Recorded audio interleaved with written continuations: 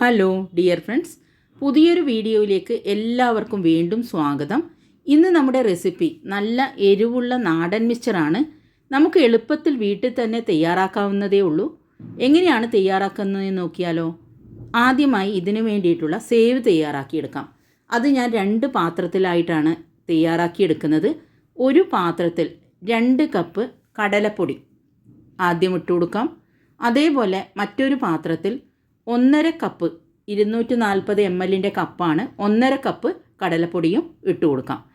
ഇനി ഇതിലേക്ക് രണ്ടിലും ഒരേപോലെ കുറച്ച് മസാലകൾ ചേർത്ത് കൊടുക്കണം.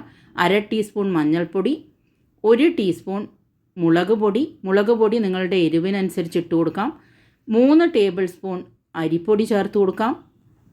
ഇത് നൂൽപുട്ടിൻ്റെ രൂപത്തിലാക്കിയെടുക്കാനുള്ളതാണ്. രണ്ടാമത്തേത് ബൂന്തിയുടെ രൂപത്തിൽ ആക്കിയെടുക്കാനും. അതിലേക്ക് 1.5 ടേബിൾ സ്പൂൺ അരിപ്പൊടി ചേർത്ത് കൊടുക്കാം. രണ്ടിലും 1/2 ടീസ്പൂൺ വീതം കായപ്പൊടി ചേർത്ത് കൊടുക്കാം. അടുത്തത് ആവശ്യത്തിന് ഉപ്പ് ചേർത്ത് കൊടുക്കാം. ഇതിലൊന്നിൽ ബൂന്തി തയ്യാറാക്കേണ്ട പാത്രത്തിൽ 1 നുള്ള് സോഡാപ്പൊടി ചേർത്ത് കൊടുക്കാം. അത് ഓപ്ഷനിലാണ്, നിർബന്ധമില്ല. ഇനി ഇത് രണ്ടും നമുക്ക് തയ്യാറാക്കിയെടുക്കാം. ഇത് ആദ്യം തന്നെ നന്നായി മിക്സ് ചെയ്തെടുത്തതിന് ശേഷം അതിലേക്ക് ഒരു 2 ടീസ്പൂൺ വെളിച്ചെണ്ണ ഒഴിച്ചു കൊടുക്കാം. അതിനുശേഷം കൈവച്ച് നന്നായിട്ട് കുഴച്ചെടുക്കണം. ഒരു ചപ്പാത്തി മാവിൻ്റെ അതിലും കുറച്ച് സോഫ്റ്റായിട്ട് നമുക്ക് ഈ മാവൊന്ന് കുഴച്ചെടുക്കാം. ഏകദേശം 1/2 കപ്പ് വെള്ളമാണ് ഇതിന് ആവശ്യമായി വന്നത്. ഇപ്പോൾ നമ്മുടെ മാവ് ഇവിടെ ഏകദേശം തയ്യാറായിട്ടുണ്ട്. നല്ല സോഫ്റ്റായിട്ടാണ് കുഴച്ചെടുത്തിരിക്കുന്നത്. അടുത്തത് ബൂന്തിക്ക് വേണ്ടിയിട്ടുള്ള മാവ് തയ്യാറാക്കാം. ഇതിലേക്ക് നമുക്ക് കുറച്ച് വെള്ളം ചേർത്ത് കൊടുത്ത് ഒന്ന് കലക്കിയെടുക്കാം. മാവ് അധികം ടൈറ്റ് ആവാനും അതുപോലെ തന്നെ നല്ല ലൂസാവാനും പാടില്ല.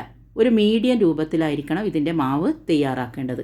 ഇനി ഒരു പാത്രത്തിലേക്ക് എണ്ണ ഒഴിച്ചു കൊടുക്കാം. നിങ്ങൾക്ക് വേണമെങ്കിൽ വെളിച്ചെണ്ണ ഉപയോഗിക്കാം. ഞാനിവിടെ സൺഫ്ലവർ ഓയിലാണ് ഇത് ഉണ്ടാക്കിയെടുക്കുന്നത്. ആദ്യം തന്നെ ഇതിൻ്റെ ബ്ലേഡ് ഞാൻ ഒരു വലിയ ഹോളുള്ള ബ്ലേഡാണ് ഉപയോഗിക്കുന്നത്. പിന്നെ നൂൽപുട്ടിൻ്റെ രൂപത്തിലുള്ള ബ്ലേഡ് ഉപയോഗിച്ച് 2 രീതിയിൽ ഞാനിവിടെ തയ്യാറാക്കിയെടുക്കുന്നുണ്ട്. സൺഫ്ലവർ ഓയിൽ ഉണ്ടാക്കിയാൽ ഇത് കുറേ കാലം കേടാവാതെ സൂക്ഷിക്കാൻ പറ്റും. വെളിച്ചെണ്ണയിലാണെങ്കിൽ നിങ്ങളിപ്പോൾ ഒരാഴ്ചത്തേക്കോ അല്ലെങ്കിൽ 4 ദിവസത്തേക്കോ ആണ് ഉണ്ടാക്കുന്നതെങ്കിൽ വെളിച്ചെണ്ണയിൽ ഉണ്ടാക്കിയെടുത്താൽ മതി. വെളിച്ചെണ്ണയിൽ ഉണ്ടാക്കുമ്പോൾ ഒരു പ്രത്യേക സ്വാദാണ്. ഇതും നല്ല ടേസ്റ്റാണ് കഴിക്കാൻ. കൂടുതൽ കാലം കേടാവാതെ ഇരിക്കുകയും ചെയ്യും. ഇത് പെട്ടെന്ന് തന്നെ വെന്ത് കിട്ടും. അതുകൊണ്ട് പെട്ടെന്ന് തന്നെ നമുക്കിത് മറ്റൊരു പാത്രത്തിലേക്ക് മാറ്റിയെടുക്കാം. ഇനി ചെറിയ ഹോളുള്ള ബ്ലേഡ് വെച്ച്, നൂൽപുട്ടിൻ്റെ ബ്ലേഡ് വെച്ചാണ് അടുത്തത് ഉണ്ടാക്കിയെടുക്കുന്നത്. അതും നമുക്ക് മാവൊന്ന് ഇതിലേക്ക് സേവനാഴിയിലേക്ക് ചേർത്ത് കൊടുക്കാം. എന്നിട്ട് നൂൽപുട്ടിൻ്റെ ആകൃതിയിൽ പ്രസ് ചെയ്ത് കൊടുക്കാം. ഇതിൻ്റെ ഫ്ലെയിം ഒരു ലോ ടു മീഡിയത്തിലായിരിക്കണം. ഹൈ ഫ്ലെയിമിലിട്ട് ഉണ്ടാക്കരുത്, കരിഞ്ഞു പോകും. ഇപ്പോൾ നന്നായി കുക്കായി വന്നിട്ടുണ്ട്. നമുക്ക് വേറൊരു പാത്രത്തിലേക്ക് മാറ്റിയെടുക്കാം. ഇങ്ങനെ ഞാൻ മുഴുവൻ മാവും തയ്യാറാക്കിയെടുത്തു. ഇനി വളരെ പെട്ടെന്ന് തന്നെ നമുക്ക് കുറച്ചുകൂടി സാധനങ്ങൾ, ചൂടോടുകൂടി തന്നെ കുറച്ചുകൂടി സാധനങ്ങൾ ഇതിലേക്ക് ചേർത്ത് കൊടുക്കണം. ഒന്നെല്ലാം കൈവച്ച് പൊടിച്ചെടുക്കാം. ഇതിലേക്ക് ആവശ്യത്തിന് മുളക് പൊടി, 1 ടീസ്പൂൺ എരിവിനനുസരിച്ച് മുളക് പൊടി, കുറച്ച് കായപ്പൊടി, ഉപ്പ് ഇവ ചേർത്ത് ഒന്ന് മിക്സ് ചെയ്ത് കൊടുക്കാം. ഇത് ഇളം ചൂടോട് തന്നെ ചേർത്ത് കൊടുക്കണം. എന്നാലേ ഇത് മിക്സായി കിട്ടും. ഇനി അടുത്തത് നമുക്ക് ബൂന്തി തയ്യാറാക്കിയെടുക്കാം. അതിന് വേണ്ടിയിട്ട് ഹോളുള്ള ഒരു സ്പൂൺ വെച്ചാണ് തയ്യാറാക്കുന്നത്. അതിൻ്റെ മുകളിലേക്ക് ബാറ്റർ ഒഴിച്ചു കൊടുക്കാം. ഇപ്പോൾ റൗണ്ടായിട്ട് ബൂന്തി തയ്യാറായി വന്നിട്ടുണ്ട്. പെട്ടെന്ന് തന്നെ ഒരു പാത്രത്തിലേക്ക് മാറ്റിയെടുക്കാം. ഈ ബാറ്റർ തയ്യാറാക്കിയാൽ തന്നെ വളരെ പെട്ടെന്ന് നമുക്ക് മിക്സ്ചർ തയ്യാറാക്കിയെടുക്കാം. ഇതിലേക്കും കുറച്ച് മുളക് പൊടി, കായപ്പൊടി, ഉപ്പ് ഇവ ചേർത്ത് ഒന്ന് മിക്സ് ചെയ്തെടുക്കാം.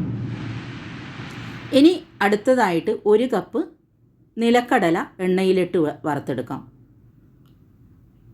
നിലക്കടല പൊട്ടുന്ന സമയത്ത്, കളറൊക്കെ മാറി വരുന്ന സമയത്ത് നമുക്ക് വേറൊരു പാത്രത്തിലേക്ക് മാറ്റിയെടുക്കാം. ഇപ്പോൾ നിലക്കടല റെഡി ആയിട്ടുണ്ട്.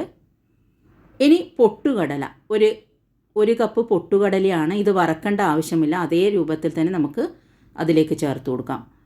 ഒരു 8 മുതൽ 10 വരെ വെളുത്തുള്ളി കൂടി ഇതിൽ ചേർത്ത് കൊടുക്കുന്നുണ്ട്. വെളുത്തുള്ളിയുടെ ടേസ്റ്റ് ഇഷ്ടമല്ലാത്തവർ ചേർത്ത് കൊടുക്കണ്ട, ഇഷ്ടമുള്ളവർ മാത്രം ചേർത്ത് കൊടുത്താൽ മതി. കുറച്ച് കറിവേപ്പില കൂടി നമുക്ക് ഫ്രൈ ചെയ്ത് ചേർക്കാം. ഇത്രയും ഇൻഗ്രീഡിയൻസ് ആണ് നമുക്ക് മിക്സ്ചർ ഉണ്ടാക്കാൻ വേണ്ടി ആവശ്യം. വളരെ പെട്ടെന്ന് വീട്ടിൽ തന്നെ തയ്യാറാക്കാവുന്നതേ ഉള്ളൂ. ഇനി എല്ലാം കൂടി ഒന്നുകൂടി മിക്സ് ചെയ്ത് കൊടുക്കാം.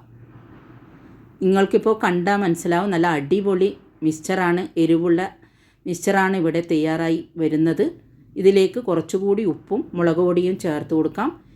ഇപ്പോൾ നമ്മുടെ എരിവുള്ള നാടൻ മിക്സ്ചറിൻ്റെ റെസിപ്പി ഇവിടെ തയ്യാറായി കഴിഞ്ഞു. എല്ലാവരും ഇത് വീട്ടിൽ ട്രൈ ചെയ്ത് നോക്കണം. റെസിപ്പി ഇഷ്ടമായെങ്കിൽ ഷെയർ ചെയ്ത് കൊടുക്കാൻ, അതുപോലെ തന്നെ ഇതുവരെ സബ്സ്ക്രൈബ് ചെയ്യാത്തവർ സബ്സ്ക്രൈബ് ചെയ്ത് സപ്പോർട്ട്